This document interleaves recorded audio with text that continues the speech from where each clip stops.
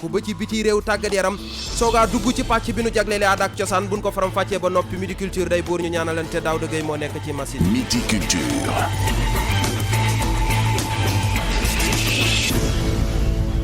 Midi Culture Serigne Saliou Seck ngeen ci àndal ànd ca am ci kon mbégteeg contentement bu yaatu di ci ànd ak kon Kati Ndiaye ci yaatal gi Kati maa ngi lay nuyu. maa ngi lay fay Serigne Saliou Seck di nuyu mbokk auditeurs yeeg internet yi ñuy suivre ci suba ak léegi. nan leen ko waxee ca booba rek la ñuy duggee ak yéen kon ci yaatal gi mu di kon njombe yi nu nemmeeku jamono ji ci réewum Sénégal. ñu gis ni violence yi nag jëmale ko ci jigéen ñi jamono jile nag mu ngi daal di gën di bëri fi mu nekk ni le bu yenn ñi di def nag abus sexuel ñeneen ñi nag dañu ci daal di boole sax faat ñi nga xamante ne ñooñu la ñuy daal di violé ba tax na nag askan wi daal di jaaxle ci li nu mel nañ déglu rek reportage bi nga xamante ne moom la Ndeye Mati Dieng def. seet leen ci yàlla lii te ñaawul. néew kàttan bi leen yàlla moo ñaale tax ba yenn góor yi di ci jafandu ngir mettital leen bokk na ci xeetu fitna yi ñuy teg jigéen ñi muy di leen sàkku soxna yu bare ci noonee la seen aldina jaaree yàqu ndaw si di kenn ci ñoom. boobu maa ngi am 14 ans yooyu benn après midi la woon nii waa kër gi dañoo génnoon ndax ñii bu ñu añee dañuy tëdd di nelaw te lu ci ëpp néegam lañ doon nekk di seetaan télé boobu jour boobu nag sama umpaañ daa génn maa ngi moom ñu nekk foofu di seetaan télé jékki-jékki mu tëb sama kaw ma ne damay yuux mu tax sama gémmi ne ma boo waxee ma rey la violé ma noonu laa ci mujjee. Mbaye Seck di ab xale bu góor moom lii mooy gis-gisam ci mbir mi. mënoo situer responsabilité bi ci benn wala ci kenn buñ su la ñëwoon ne ñooñ bedd mi wala ñi nga xamante ni amatuñ xëy yi amatu fuñ jëm ñuy violé di faat boobaa boo retourné da ngay fekk ne beneen cas de viol existé na te bëri na Sénégal mooy ñoo xam ne du xëy lañ manqué du salaire bu baax lañ manqué ñu ngi ci biir kër yi di dawal seen kat-kat di liggéey te pourtant ñu ngi violé tamit ay xale kii violé faat peut-être dafay faat cible pour bañ mu dénoncer ko waaye am na koo xamante ni violé ne faatul mais daanaka ki mu violé sax li muy dund au fond d'elle métti na métti boo xamante ni dafa xaw a niroog dee. muy wéyal ba tey di joxe xalaatam ci li mu jàpp ne mooy waral ñuy sàkku jigéen ñi wante itam di ñaan nguur gi mu gën cee dugal loxoom. ñii soit dañoo feebar ñii soit dañoo am abus de pouvoir ba jàpp nañ ne ci jigéen lañu war a mën a def lu leen neex am ci ñoo xamante ni nag dañoo boole ñaar yëpp c'est-à-dire am na koo xam ne am na pouvoir bi mais non seulement il est malade am na ñoo xam ne niñ leen yaree y en a qui arrivent même buñ violé jigéen ñi naan leen demal fu la neex du mujj fenn pour plus de sécurité ñu gën a jox mbir mi ca il faut mettre benn cellule boo xamante ni c'est uniquement pour les cas de viol. jigéen ñi yàgg dund métit ci biir société bi xeet bi nu ci gën a nemmeeku nag di violence sexuelle te léegi sax defkatu ñaawtee fi xewal buñ ca noppee daal di fat sa bakkan jigéen ñi ci seen wàllu bopp nag di sàkku rek ñu gën leen yéex. Ndeye Mati Dieng ci mbir moomee la ñuy des ba tey kon ak waa plateforme ëttu jàmm ñoom it yëglu nan ñu ngi daal di xam le ni xale lu jigéen li nekk nag doomu DG ou agence du développement local di wuyoo ci turu Binta Camara nga xamante ni daal di nañu ko sàkk ba yi tamit faat ko foofu la ca Tamba keneen soxna goo xamante ni tamit fekk nañu ko moom it mu daal di faatu ca marché bu Wakam ñaari ndaw yoo xamante ni tamit dal ba ci seen kër daal dinay daanu ca seen kaw nag ba tax sax ñu ñàkk seen bakkan foofu la ca Yëmbal fi mu nekk ni la rek ñu ngi daal di xamle ne góor ñi fi mu ne ñu ngi daal di def lépp lu nu mën rek ci jigéen ñi jëm nag ci wàllum ñaawteef ba tax na nag plateforme bi di ëttu jàmm nag di ñaawloo li ni mel di xamle ni wàllum paix ak sécurité nag la ñi nga xamante ni ñoom ñoo yor wàllum dialogue national bi daal di war a waxtaanee nanu daal di teewlu ki nga xamante ni moom mooy di présidente de la plateforme ëttu jàmm Penda Seck Diouf. condamné ko bu baax a baax a baax mais wax surtout ñu def ci ay mesures loolu moo tax ñu ne plateforme ëttu jàmm dafa ne paix ak sécurité fi mu ne nii war nañ ko teg ci dialogue bi nga xam ne ñu ngi koy waaj a def dialogue national bi nga xam ne ñu ngi koy waaj a def mais ñu pour régler les questions liées à l'insécurité ndax insécurité bi fi mu ne nii doy na waar ëpp na dayoo depuis un certain temps gis ngeen ni violence yi bëri na aussi insécurité bi nga xam ne ci la ñuy ci la ñu nekk toujours amul benn bis bu nga xam ne dina jàll te déggoo ñu wax la nit ku nga xam ne attaqué nañ ko wala nit ku nga xamante ne si def nañ ci kawam ay violence te nag muy ca yoonu école ba muy ca marché ngay dem marché ba muy ngay dem ci travail bi muy ngay dem ci transport en commun yi fépp rek violence yi taxaw fa rek attaque toujours léegi nag dañ cee violence sexuelle yi nga xamante ni si dañuy def violence sexuelle ba pare teg ca nag meurtre xam ngeen ni kaawu Tambacounda baa ngi noonu mais bërki dem boo njaay rek kaawu Thiès bi kaawu Wakaam baa ngi noonu xamaguñu lan la mais loolu du fi benn rek xañ na dafa nekk nii ñu nekk ni ci suñuy bët mais depuis un certain temps gis ngeen ne yooyu daf fi bëri rawatina nag ci localité yi les plus éloignées rawatina ci dëkk yi rawatina aussi ci mi ngi noonu kon nekkoon kàddu yi njiitul plateforme bi ñu duppee ëttu jàmm di woo ci turu Penda Seck Diouf keneen koo xam ne si itam yekki nay kàddu jëmale ci mbir mi moo di njiitul ONG bi di Touche Pas Ma Sœur. moom nag mi ngi xamle ne lu ëpp tuuru ba tax na nag muy ñaan ki nga xamante ni moom moo di njiital réew mi Macky Sall ngir mu wut rek ay solution jëm ci mbir yi le waaye itamit daal dina xamle ni dina organiser ab marche pacifique ci bés yi nga xamante ne ci la ñu daal di jëm nanu daal di teewle ki nga xamante ni moom moo di président Touche Pas à Ma Sœur. xool bu jeex ak tiitaange daal la ñu am fi mu ne nii ba ñu yégee la xew Tambacounda bu ginnaaw bi amoon Thiès te deful dara loolu yokk lim bi ci xale yi nga xam ne ñu leen di sàkku ba pare di leen rey looloo tax Touche Pas à Ma Sœur ne Dakar Thiès Kaolack Fatick ak Ziguinchor fi ñu jaar doon fa waxtaan ak xale yi ñi ñëw nag doon ñu wax ñoom li ñu jot a dund seetlu nañ ci ne 39% yi dañu ne mos a sàkku violé ñu ndëppal ko 21% yi dañu ne mos a attouché lambatu te 40% yi ya ca des dañu doon dóor parce que dañu ne dénkaane looloo tax Touche Pas à Ma Sœur ne dafay organiser marche pacifique nationale woo ci ñëpp nag parce que yëf yaa ngi bëgg a commencé jéggi dayoo mi ngi bëgg a ëpp loxo waaye it pour que ci dialogue national boobu noonu Macky Sall woote ña fay dem di daje ñu waxtaan ci parce que ngir askan bi la problème bi pour askan bi la pour que loi bi ñu dëgëral ko rawatina nag ñi nga xam ne dañuy violer di reyaate nañ ko wax te dee neexul ba neexul tiitaange la ñuy dundee tiitaange la ñuy doxee tiitaange la ñuy yeewoo parce que suñu rakk yeeg suñu doom yi ñoom ñëpp dañu leen exposé au danger. mu nekkoon kàddu yi Ismaïla Kambi di njiitul kon Touche Pas à Ma Sœur dañuy wéyal wax kon ci l'accident yu bëree bëri am ci kaw tali bi mu mel ni kon kuréel gi ëmb ñi leen di dawalkat yi am nañ ca pexe. ba tax na kii di président du syndicat des transporteurs du Sénégal mi ngi daal di xamle ni li ñu war a teg rek moom mooy di ay école de formation yoo xamante ni dafay jëm ci wàllum technique ak professionnel ngir rek daal di jàngal ñi nga xamante ne ñoom ñooy nekk ci tali wi nu nu war a def ba rek jëy yi ñu mel nag daal di wàññeeku bu baax a baax Pierre Mbakhane Gomis ñu teewlu ko. que bi sida bëri fii dañu dem bay def ay séminaire pour sida jeex wala mu wàññi te sibru ñuy def ay séminaire pour bëgg mu jeex wala mu wàññi pourtant lii dee ci télé bi deewul ci ñooñu kon war nañoo mën a jël alal ju ñuy def foofa ñu def ko pour organiser ay séminaire ak acteurs yi ak responsable yi wàcce ko it ci direction yi ak ci département yi business maa ngi ñaax état mu tabax ay kër yu ñu tuddee centre de formation technique et professionnelle lu tax alkaati bi gendarme bi douanier bi procureur bi greffier bi mais pourtant bi mu jàngi ba am maîtrise am licence taxul rek mu ñëw rek nekk ci tribunal taxul rek mu ñëw yortoon dem gendarmerie wala police mais dañu koo formé yóbbu ko école police dañu koo formé yëkkal ko école de la gendarmerie chauffeur bi aussi boo amee permis ni ñu koy yóbbu mu xam permis bi ñu koy jox lan la oto bi ñu koy jox ëllëg lan la. mi ngi noonu kon mbokk yi ngeen di wéy di déglu Midi Culture ci rajo King FM midi moo jot ba tegal juróom-ñetti simili. Suivez-nous sur notre site web www.kingfm.sn. ñiy liggéeyee ci pharmacie yi nee na àllarba bi nu dëgmal du ñu faste xànc ak moroomam. ni ki ñaar fukki fan ak ñaar ci weeru mai gi ñu jëm la nag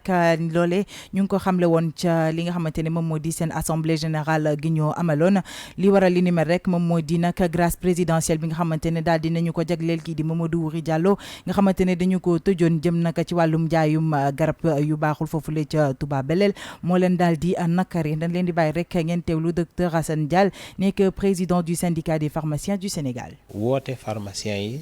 ñu décider li nga xam ne moom la ñu war a def ñun le corps des pharmaciens gannaaw bi ñu bàyyee kii di Amadou Wuri Diallo. Amadou Wuri Diallo mooy ki nga xam ne daf fi indi ay garab yu bon yu toll ci ay tonnes muy milliards ak lu topp. justice di def liggéeyam pareegul ñu ubbi kaso bi nekk demal ñibbi loolu nag jaaxal ñu te ñu wax sax ñuy def mooy àllarba bii di ñëw muy le 22 mai dañu bëgg tëj pharmacie yëpp fu nag pharmacie nekk ci Sénégal ba pare woo pharmacien yëpp sitting ñu gis ñu xame ne ñun ànduñu ci. mu nekkoon kàddu yu docteur Assane Dial mi jiite kon syndicat bi ëmb kon ñi nga xam si ñooy yëngu ci pharmacie yi dañuy woyal wax kon fële ca arène nationale ba foofee nag askan wa yeewoo ca pegg ya ñoom li leen ëlëm moo di mbalit ma fa nekk. mbalit ma fa nekk nag métti leen ba tax na rek ñuy woo rek nguur gi ngir rek ñu daal di jeexal li nga xamante ni moom moo di seen travaux yi comme ni ñu ko waxee woon rek ca li nga xamante ni moom moo nekkoon présentation du projet ndax mbalit ma sonal na leen bu baax kii di Mamadou Sow nag dem na daal di daje ak ñoom. mais xoolal léegi tey nu mu mel. fii yëpp dafa mel ni daal xoolal lii fii dañ ko bale nettoyé ko mais xoolal mbalit yaa ngi commencé ñëwaat. arène nationale juróon coow lu bari laata ñu koy tabax bi liggéey bi noppee ak léegi beneen coow judduwaat mbalit ak ndox mu bon mi lëmbee seen dëkkuwaay waral askan wi fa yeewoo di artu nguur gi. état bi waru ñoo tabax lu mel ni lii ba pare boo xoolee nii ci biir arène bi gis nga ni mu setee ñu def ko tali def ci ay pavage. ñoom seen liggéey moo des ñoom ñoo war a aménager fii defar ko ba mu très bien mais kenn laalu ko boobu ba tey arène bi depuis bi mu paree ba tey kenn laalul alentour bi. gannaaw seetlu bi mu def moom mi wuyoo su turu Ndiaga Fall jot na itam nakarlu melokaanu ñenn si dëkkandoo yi. mais bien sûr que ñi fa dëkk am na ñoo xam dañ fi tur ay mbalit parce que ñëpp civilisé wuñu jàpp ñu seen si biti comme seen kër gi ñu dëkk. waaw riverains yi ñoo ko fi sotti mais dañoo ñàkk pexe suñ ko defaroon kon kenn du fi sotti mbalit mais fii wax dëgg yàlla waroon nañ ko war a mën a defar bu yàgg a yàgg loolu lañ doon xaar daal ñun en tout cas. Kumba Ba dëgg rek li waa ji wax moom soxna si këram jege lool arène bi bokk si li muy jooytu nekkinu xale yi ba tax muy sàkku état bi jàppale leen si. di leen wax ne rek nañ gaaw profitoo defar lii ndaxte fii nii alentour arène fi la xale yi di fo di football ci mbalit bi fii daal ku fi ñëw ba gis ni fi xale yi di def rek sa xol day jeex. ñoom ndaw ñi jot nañ itam interpeller nguur gi ngir rek mu saytu wàllum assainissement bi laata nawet bi di tàmbali. donc loolu li ñu bëgg mooy ñu ñëw defaraat fii lu mu gën a gaawee surtout assainissement bi nag ñu leen di interpeller bu baax ñu ñëw defar assainissement li wër arène nationale bi ndax nawet baa ngi ñëw. Mamadou Sow leneen njombe loo xam si foofee ca Pikine la yëngoo woon moo di kon coowul xaj yooyu nga xam daanaka sorewu na ko gaynde ñu leen di wax pitbull. James Mbengue nag nekk koo xamante ne dafay daal di yar ay xar nag moom nag mi ngi daal di xamle ni pitbull boobu leen nag jot na daal di faat lu tollook fukki xaram ba tax na nag muy doon loo xamante ne mu ngi koy nakarlu waaye itamit di xamle ni rek ñu tere fi pitbull loolu rek moom mooy solution gi nga xamante ne moom la ñu fi war a mën a taxawal Umu Hakimu aj nag taalal na ko sunu micro. waaw man la pitbull yi attaqué woon sama xar yi ba rey fa lu mat fukki xar ak ñaar. James Mbengue éleveur bi doon fàttaliku la ma jot dund ak pitbull yi moo ne de dafa bëggoon ñu sàmmal ko alalam waaye loraange la ci jëlee. waaw pitbull yi c'était des chiens de garde. avant ñuy jënd pitbull yi xamoon nañu bu baax agressivité am ak sauvage am parce que dañ nekk ci dëkk boo xamante ne insécurité daf fi am parce que da ngay yor sa teraanga nit jóge fa la ñëw bëgg ko récupérer par la force donc tu es obligé yow tous les moyens nécessaires pour te défendre xamoon nañ ni pitbull nii la dangereuse mais xam nga il fallait ñu wut ko pour nous défendre parce que ñoom rek ñoo man ci les malfaiteurs dara quoi. la mu jot a dund ak pitbull yi tax ba mu bokk ci ñi xalaat ni dañ leen fee war a jëlee. koo laaj dara naan pitbull nañ ko fi jële te dañ ko fi war a jële parce que même les plus développés sax ñoom ñu ngi combattre li nga xamante ne mooy pitbull ñu ngi koy interdire au niveau de leur zone kon pitbull war nañ ko jëlee fii Sénégal parce que moyens yi mu laaj ñun amuñu ko pour gérer parce que mënuñu ko contrôler wax dëgg yàlla moom pitbull moom dañ ko fi war a jële man je suis d'avis que ñu jële ko fi quoi. pitbull yi woy di lëmbe réew mi ba tax mu nekk actualité doy waax bi ñu doy waax tax ñenn ñi gis ne dañ leen war a jële ci mim réew. di ko jaajëfal bu baax a baax Umu Hakimu ci ngeen di woy di déglu Midi Culture ci rajo King FM ñu woyal. King FM, première radio digitale du Sénégal. egsi na nag yéen mbokk yi kon ci reportage bi nu jagleele koor gi tey ñuy waxtaane ñi nga xam sa jàngoro yi nga xam si daanaka boo ko amee moom doo mën a woor. Fatou Sow nag daal dinay dem foofule ca l'hôpital CTO dajeeg ñi nga xamante ne nag ñoom ñoo yor feebaru diabète hypertension yi nga xamante ne nag tase na fa ak ñoom di xamle ne nag du ñu daal di woor ci weeru Ramadan gile donte sax ñeneen ci ñoom it ñu ngi daal di xamle ne ñoom it ñu ngi daal di woor te amuñu ci benn jafe-jafe. 9h jot ca l'hôpital CTO ca Grand Yoff ñu bari toog ci buntu bureau médecin bi di xool seen wérgu yaram ñii tension la ñuy seet ñële diabète mère Fatoumata Ndiaye ca ñooñee la bokk di ñu xamal ni tawatam mayu ko mu woor. dama daan woor yor naa tension waaye dama daan woor gi nag dafa fekk may door a génn hôpital moo tax ren wóoruma ko mu naqari ma lool nag may ñaanti yàlla wér ba fekkewaat weeru koor ma mën a woor na ma daan woore. Astu ay kàddoom wute lool di ñu firndeel ni moom hypertension la yor waaye weeru koor gi day woor. man moom tàmm naa ko tension laa yore wante man damay woor am na ñoo xam tamit dañoo feebar seen docteur tere leen woor ñoom mënuñoo woor waaye am na ñoo xam ne nag dañuy tappale rek naan dañoo feebar wante war na ñoo mën a woor bu la sa docteur seetee ba ne mën nga woor bu la nee mënoo woor nga bàyyi. donte du woor waaye day génne ay asaka ci weeru koor gi ndax ñàkkub kooram. wóoru ba ndax damaa feebar waaye weeru koor bi damay génne asaka di ko jox jullit yi di génne ay ndogo ak li ma war a ndogo jox ko ñi koy yellool ndax loolu lañu suñu diine sant soo munta woor daal dangay fab li nga xam ne moom nga dara na ndogoo nga di ko génne ay asaka. nit yu bari ci jamonoy koor lu leen di tee woor bokk na ci seenub tawat li ni mel tax ñuy bañ a woor ngir sàmm seen wérgu yaram. ngërëm ñeel na la Fatou Sow midi moo jot ba tegal fukki simili ak juróom ci aéroport international Blaise Diagne.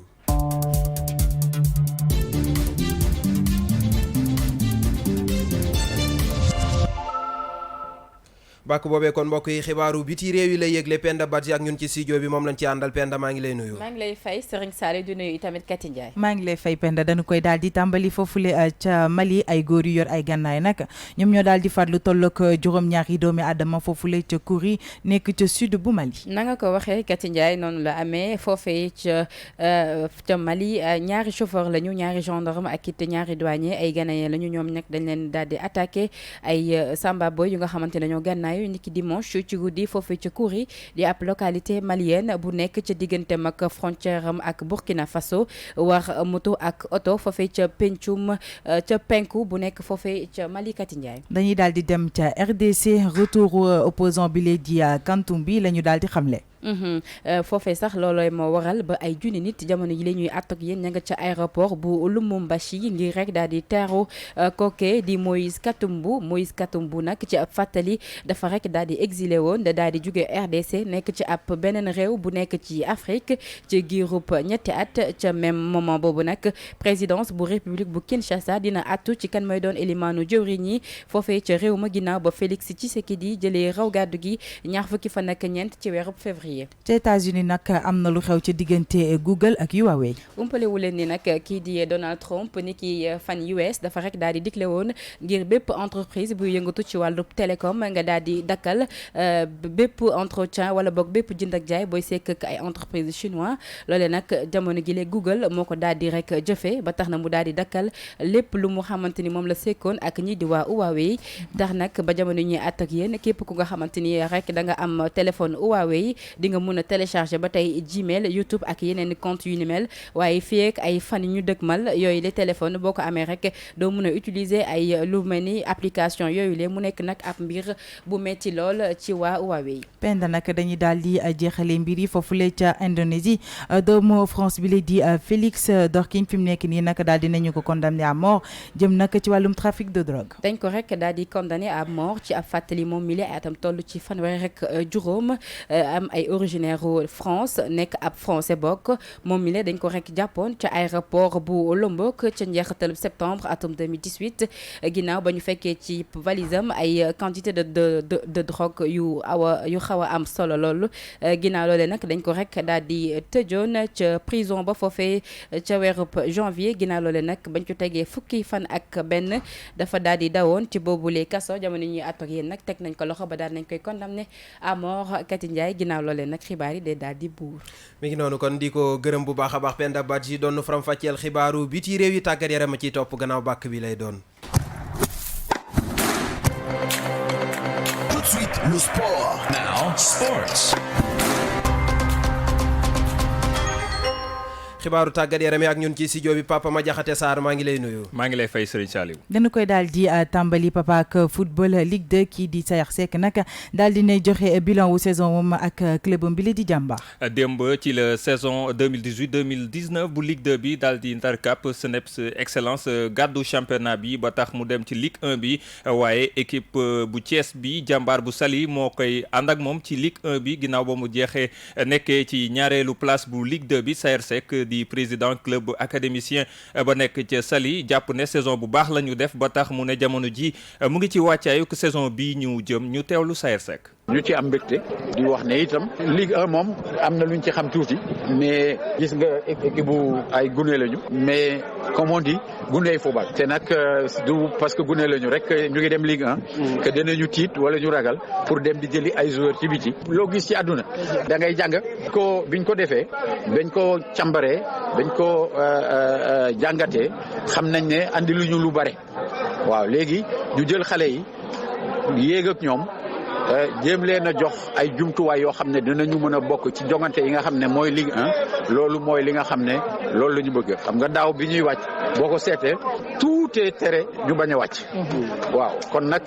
am na tuuti luñ fa jàngat xam nañ ne dana metti torop dana tar torop parce que xale yi bu ñu amee fukki at ak juróom-benn fukki at ak juróom-ñaar fukki at ak juróom-ñett xale yëpp boo leen jëlee seen at yées na ñaar fukki at pour jouer ji Ligue 1 di jouer ak ay joueurs yoo xam ne joueurs yu xarañ lañu joueurs yu yàgg ci Ligue 1 bi dana metti torop mais nag ñun ñoo leen war a jox ay jumtuwaay yoo xam ne danañu mën a progresser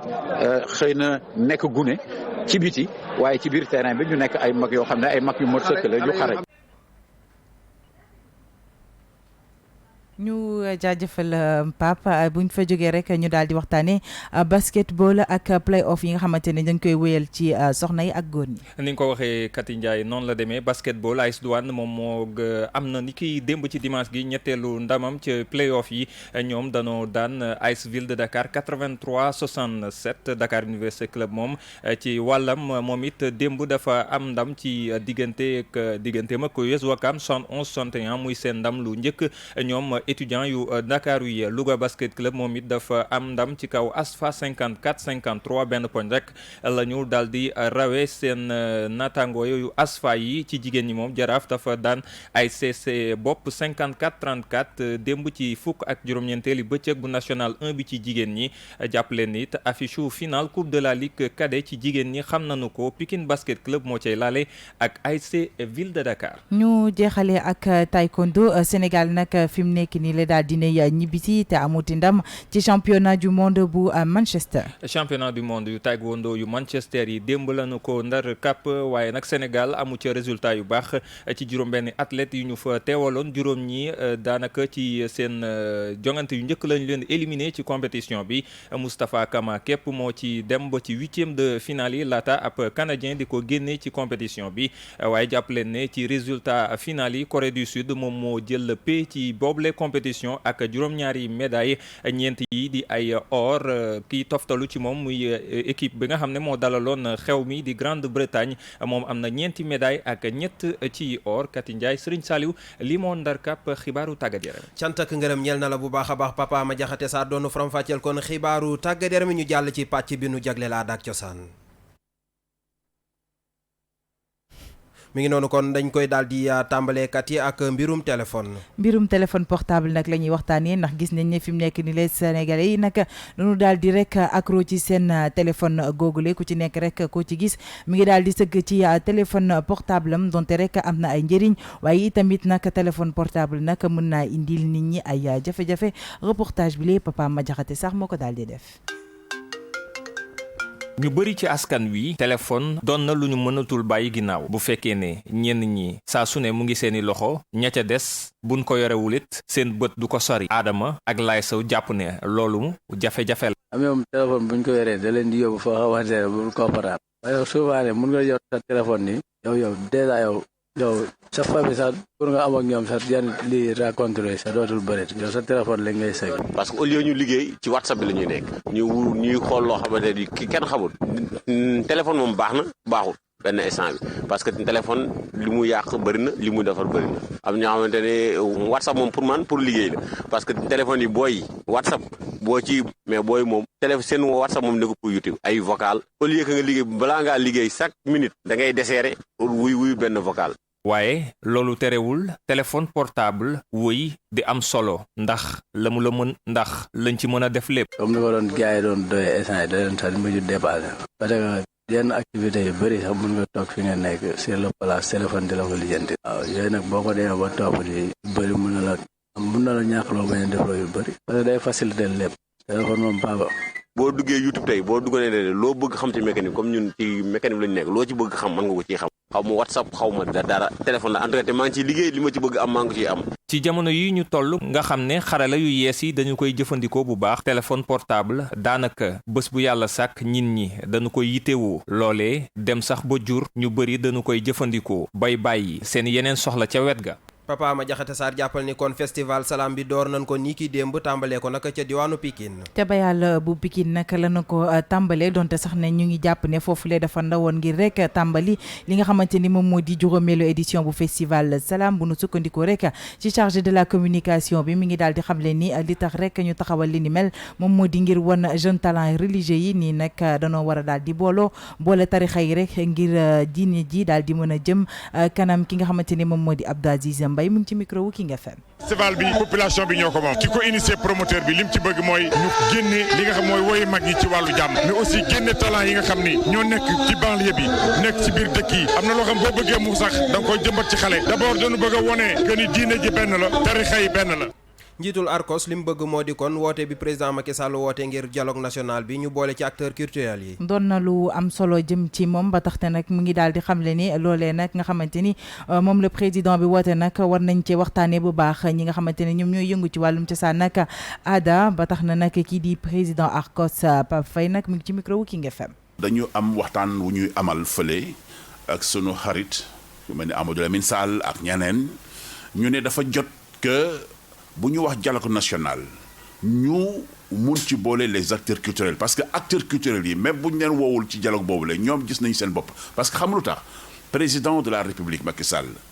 moom moo wootee le dialogue national mais bu ñu fàttalee le président Macky Sall moom mooy le protecteur des arts et des lettres cela veut dire que comme woote na dialogue national boobu la systématiquement les acteurs culturels sont bien dedans moo tax ñun ñu ngi réfléchir ci fan yu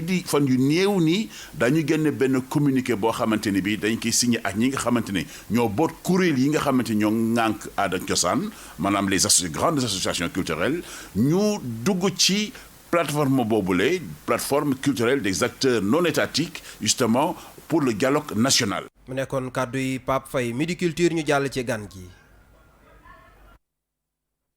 mi ngi noonu kon mbokk yi gànnu ko Midi Culture tey ñu ci dalal woykat bi la di Malick Diabou Seck. Malick Diabou Seck nag moom mooy sunu ganu bés bi la nag ba tax na sekk naag waxtaan ak ki nga xamante ni moom mooy di Papa Madiakhate Sarr jëm nag ci singalam bu bees bi mu génnee ak it yeneen ñu bàyyi la ngeen teewlu ko. Malick Diabou Seck ñu ngi lay nuyu tey yow yaa nekk suñu gan ci Midi Culture ndax mën nga nu wax ci single bi nga xam ne génnee nga ko. single bi nag ñu ngi ko génnee dippee ko. soppee nabi ñu rendre ci hommage benn nit boo xamante ni ñu ngi fii ci réew mi ñu koy woowee Cheikh Mohamed Abdallah Thiam soppee nabi ndax moom mooy identité am président de la fondation Kër Rasoul gannaaw bi nga xamante ni dafa génne benn livre bi mi ngi tudd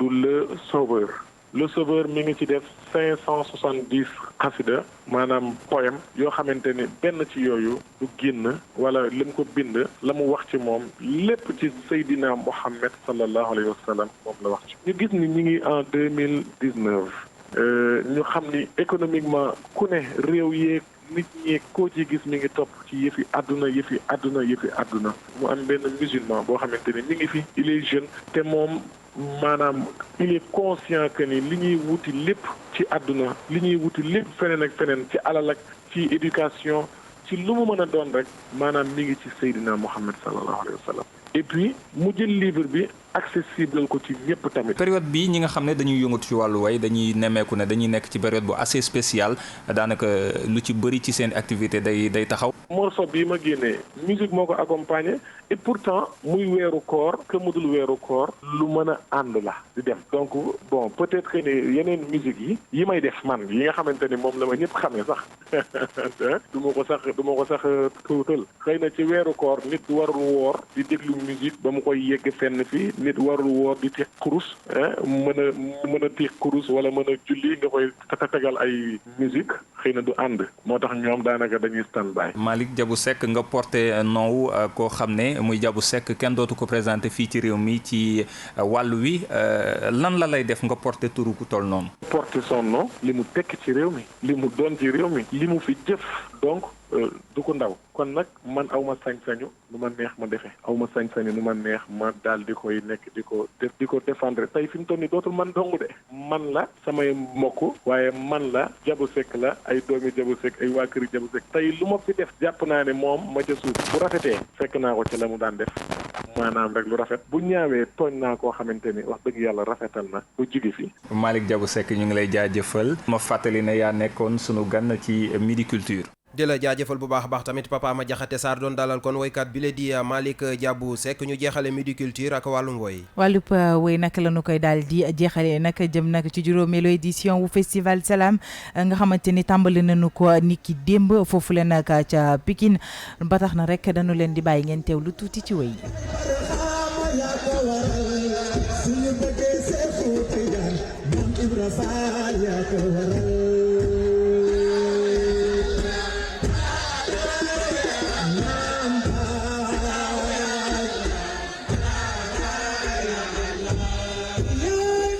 mi ngi noonu kon mbokk yi foofee la ni yam ak yéen ci Midi Culture di xibaar yi aada ak cosaan ci rajo King FM di la jaajëfal bu baax a baax Kati Ndiaye. maa ngi lay jaajëfal bu baax Serigne Saliou Seck di jaajëfal mbokk auditeurs yi internet yi ñu doon suivre ci suba ba tey ñu leen jox dig daje suba incha allah ci Midi Culture. di jaajëfal bu baax a baax tamit Daouda Gueye mi nekkoon ci xarale gi production Kader Lo di jaajëfal bu baax a baax tamit sama waa ji nekkoon kon ci digital bi lu mooy looloot maa ngi jaajëfal képp ku jàpp ci Midi Culture ba mu yemb mbokk yi yàlla na jàmm yàgg.